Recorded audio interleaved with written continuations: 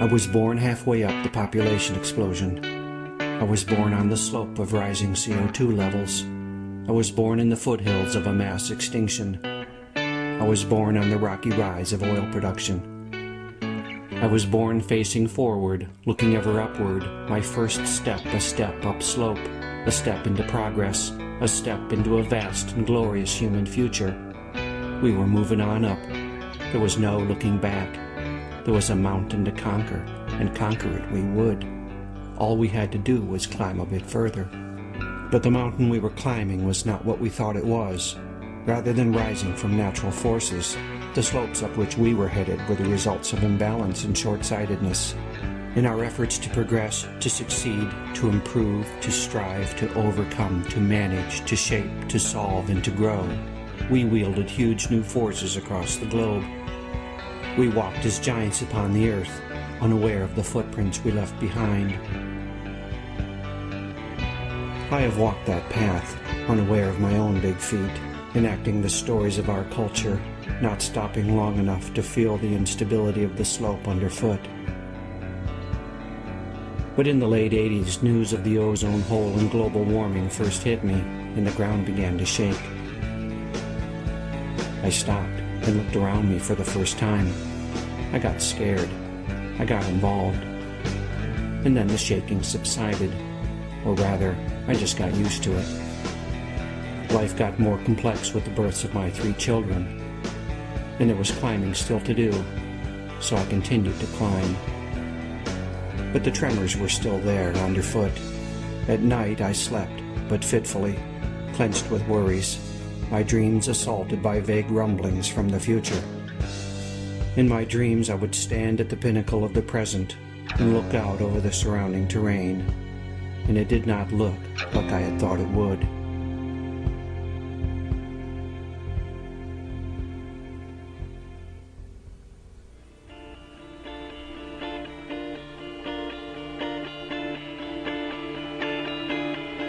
A faint howling in the distance pierces the night. The monsters we have created, lumbering to rampant life, are heading, even now, toward our village. Nuclear weapons biding their time, itching with purposes unfulfilled, as hopeful fingers tremble near buttons. Bunker busters and tactical nukes, suitcase bombs and terrorist acts, power plant accidents and leaking wastes, plutonium launched into space in rockets known to explode, and depleted uranium poisoning the battlefield, depopulating the land.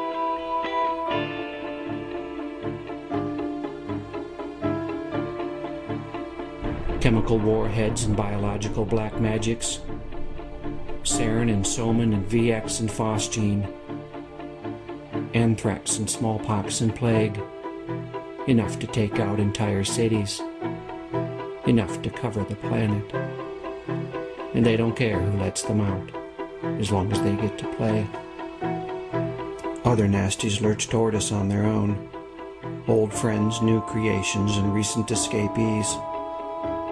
Ebola, Marburg, Lassa, and SARS, swine flu, bird flu, HIV, and AIDS, the rebound of tuberculosis, cholera, malaria, and typhus, prions and mad cows, scrapy sheep, and chronic wasting disease, cancers that eat away our lungs, our brains, our breast, our testicles, and our ovaries.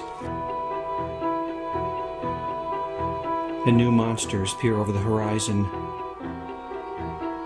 good intentions spliced to blind arrogance and numbing greed.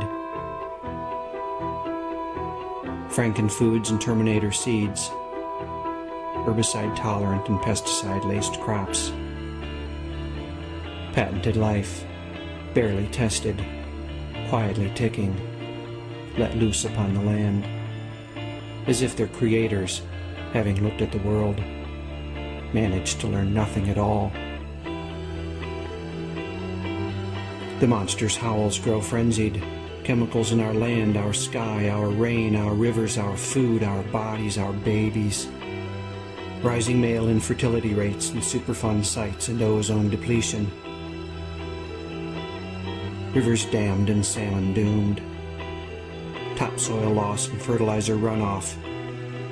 Huge oceanic dead zones and depleted fisheries. And the ghosts of silent whales scraping over the corpses of coral reefs.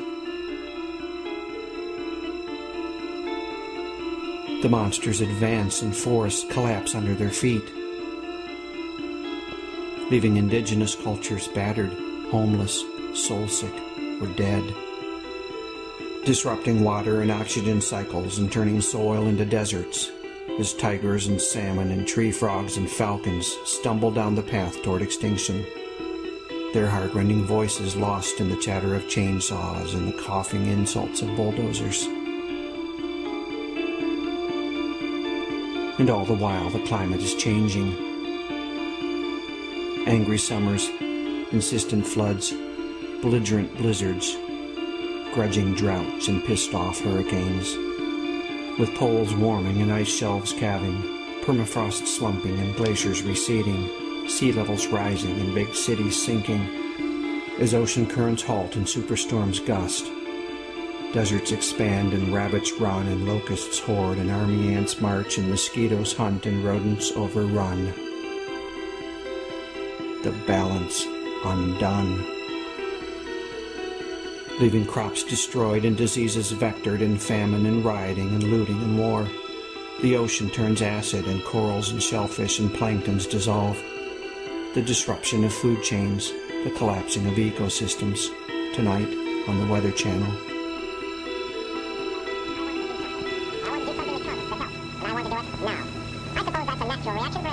Watch it now while you can, because oil is peaking with no clear replacements.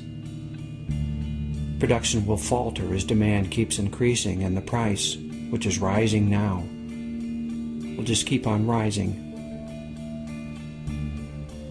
Imagine the impact of the global economy, to the truckers and farmers, to your neighbors, yourself.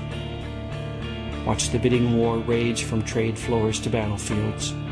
Watch the Pentagon plan and the Patriots Act. Go look out the window. Do you feel a draft? World populations fueled by the input of oil. We could reach 7 billion by 2013. That's billions of bodies more than the planet can sustain without oil. We're consuming the planet and poisoning the soil and the air and the water that we all need to live. We're driving a high-speed train to the end of life. And we're taking the rest of the planet, trillions upon trillions of living souls, along with us. And all of this, all of this, all of this, all of this is wrapped tightly inside a culture of denials and lies and absurdities so complex and so powerful that we can barely see through the smog. The monsters are screeching at the village's edge, so huge and so horrible that we cannot bear to look at them. And we, bound in a cultural straitjacket of our own making, slumber on as they draw near. Working jobs we hate, consuming products that do not fulfill, distracting ourselves as best we can with television, drugs, food, sex, and entertainments, hoping our leaders will find some answers, awakening, finally, in the still hours of early morning, to the shapeless realization that they will not.